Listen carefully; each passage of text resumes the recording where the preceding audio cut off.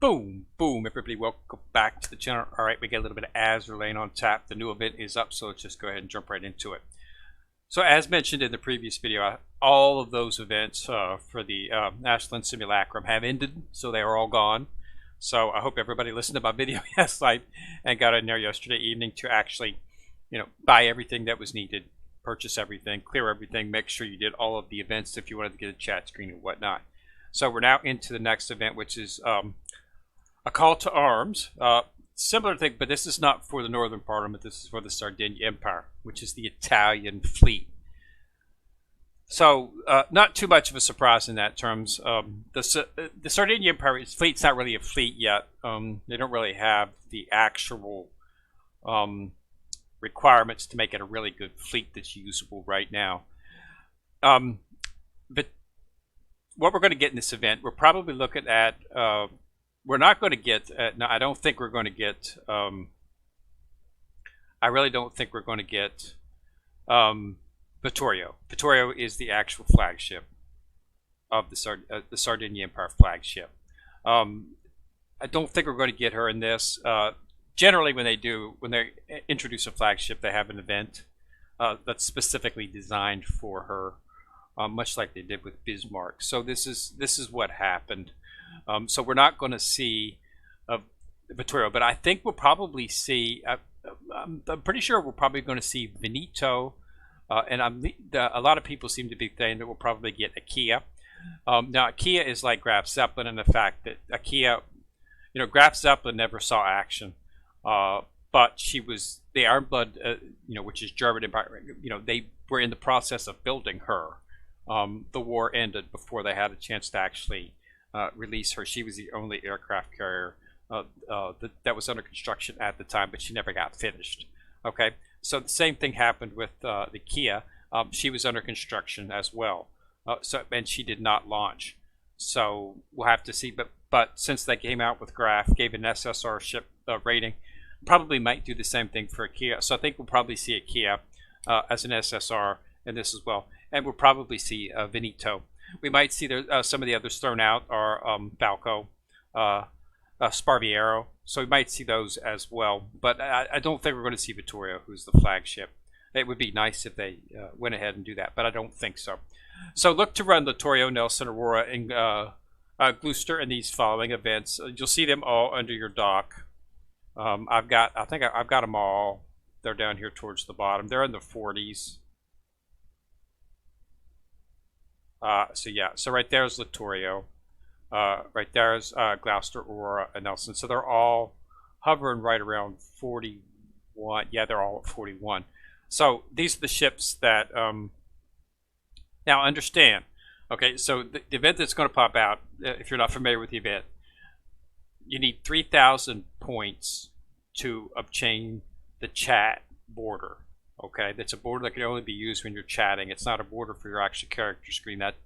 That's not changing. It's not a border for this. Okay, it's only when you're using the chat. Whenever you send that, you'll have a special border that you can use for that. Now, you need 3,000 points to achieve it. The normal way that you get the most of the points is during the build on the ships that come out. When you build them and level them up, limit break them. If you fully limit break them, which you need to get them to level 70 to fully limit break, and fully limit break them, you get points for doing that for each ship. Now, what they have as a buffer, if in the build you're unlucky and don't quite get all of those ships to limit break, then there's no way for you to get the required points. But what they do have is they have 4 other events that you can do to get points as well, and one of those is running certain sorties like A2, A3. You have A1, A2, A3, and 4. Running the sorties, like maybe A2 for for Aurora. If you run Aurora in A2, beat it 5 times or something like that, then you'll get points for that using the specific ship within the specific sortie. So that's what these buffer ships are for. So if you don't get a ship in the build, because some of those ships will be build only, okay, there'll be a shot The shop will have a ship in it that you can get, and there'll be a couple ancillary events that will have ships as well that you can, so you can get those ships. But there's generally 2 or 3 ships that the only way you can get them is building. So you got to build. If you're unlucky, and it's a crapshoot when you're building, there'll be a rate up on them, of course. And I'm generally having pretty good luck with obtaining all the ships. But even in this last event, I didn't get all the ships. I got all the ships but one. I came up short on Sumner. I did not get her. Unfortunately, I was not going for the border, so it was not a big issue. But if you're going for the border on this one, that's what those ships are for. So you should always level up those ships. If you're intent on getting the chat border, you definitely want to level up those ships. Get them as high as you can. Get them fully limit broke so that you can insert them into the proper level within the proper sortie and run it. I think you have to beat it 10 times with that ship inside of that sortie, and that ship cannot die. That's the key. If the ship dies, it doesn't count. So the ship must live to complete that actual sortie. So that's why you want to get it up as high as you can, just to prevent death. They usually have them. It's usually, you can get all of them inside of A and B.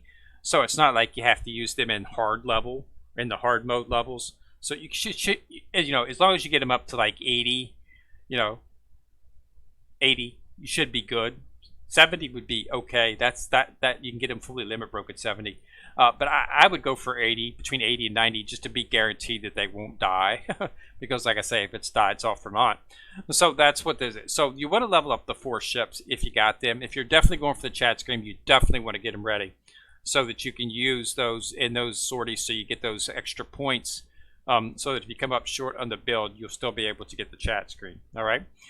So again, I'm going to wait and see. I've got enough mats to actually do the chat border on this, so I might very well do it. But first, I want to see what ships they bring out.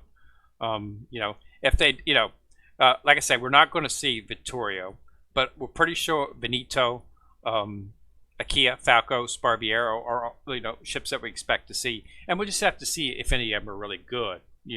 They could all be epics and not something that you might want to be interested to waste all your mats on. But we'll have to see what comes out.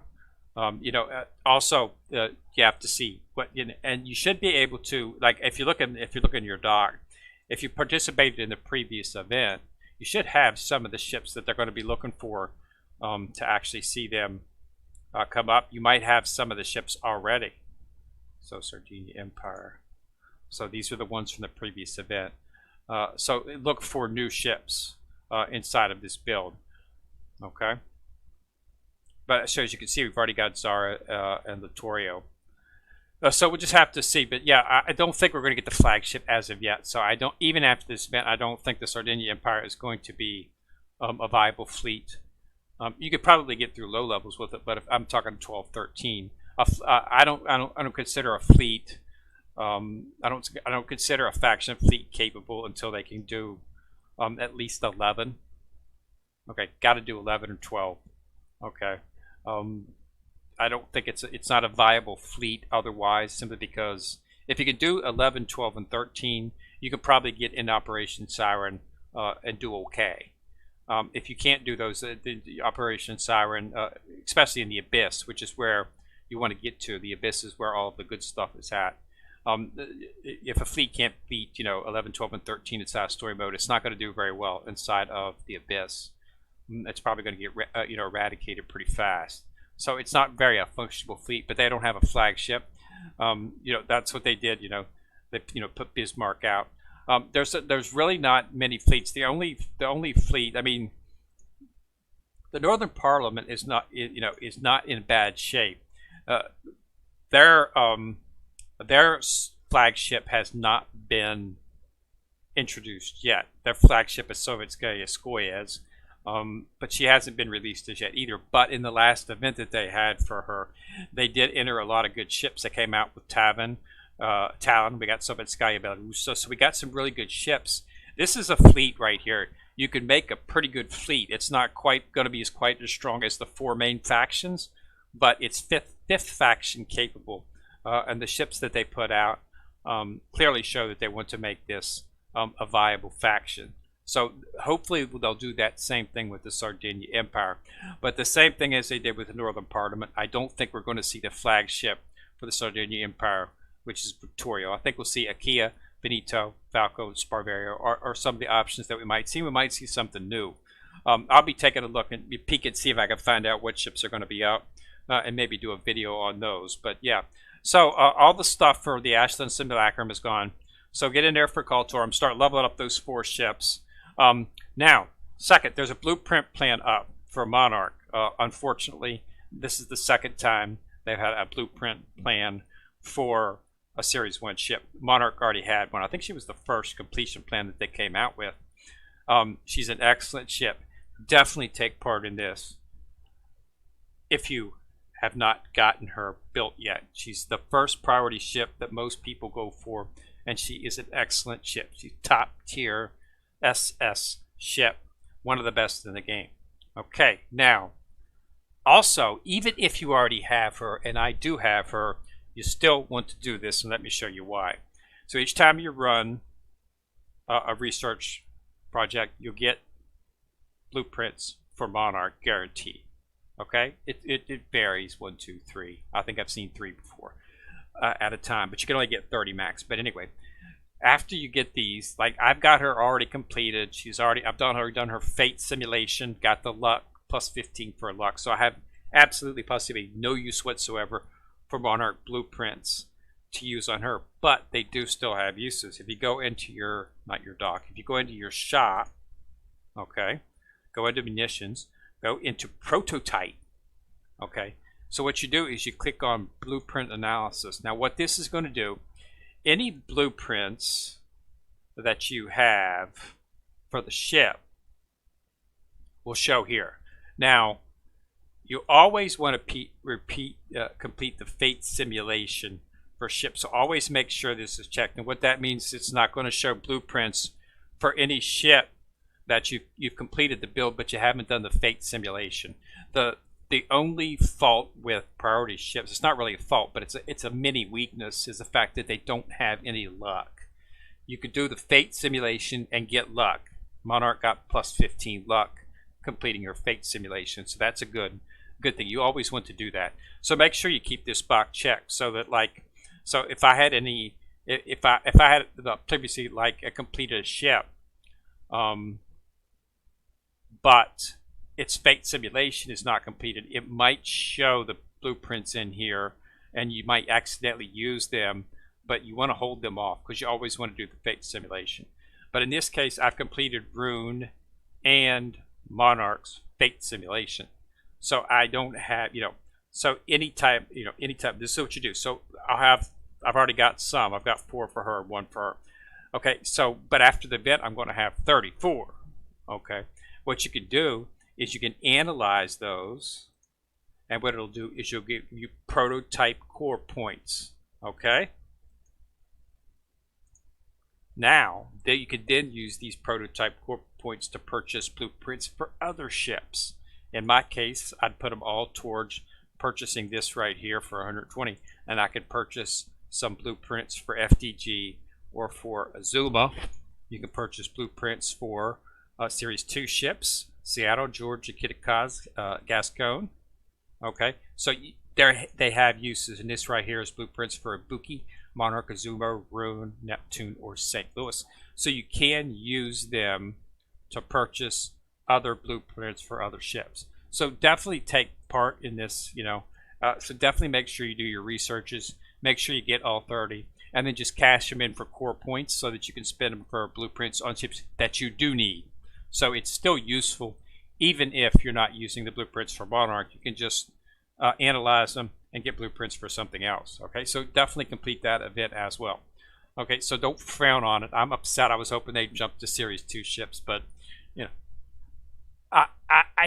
I'm getting the feeling that they're going to eventually do that. I think they're just holding off a little bit on it. But yeah, so it looks like they're going to rerun back through the Series 1s, which is fine with me. I've got a lot of those ships, so I can just cast those in for core points. But yeah, it's just a little bit of a hassle. I was hoping they'd have 30 blueprints for a ship that I do actually need. So Monarch is up. But definitely, if you have not got her, you do want to get those blueprints. You should build her. She's one of the best ships in the game. And she's fairly easy to get because you can get a lot of HMS faction points fairly easy. It's a little bit more difficult to get other faction points for other ships. Well, not Sakura Empire. You can get Sakura Empire, Eagle Union, and HMS faction points fairly easy.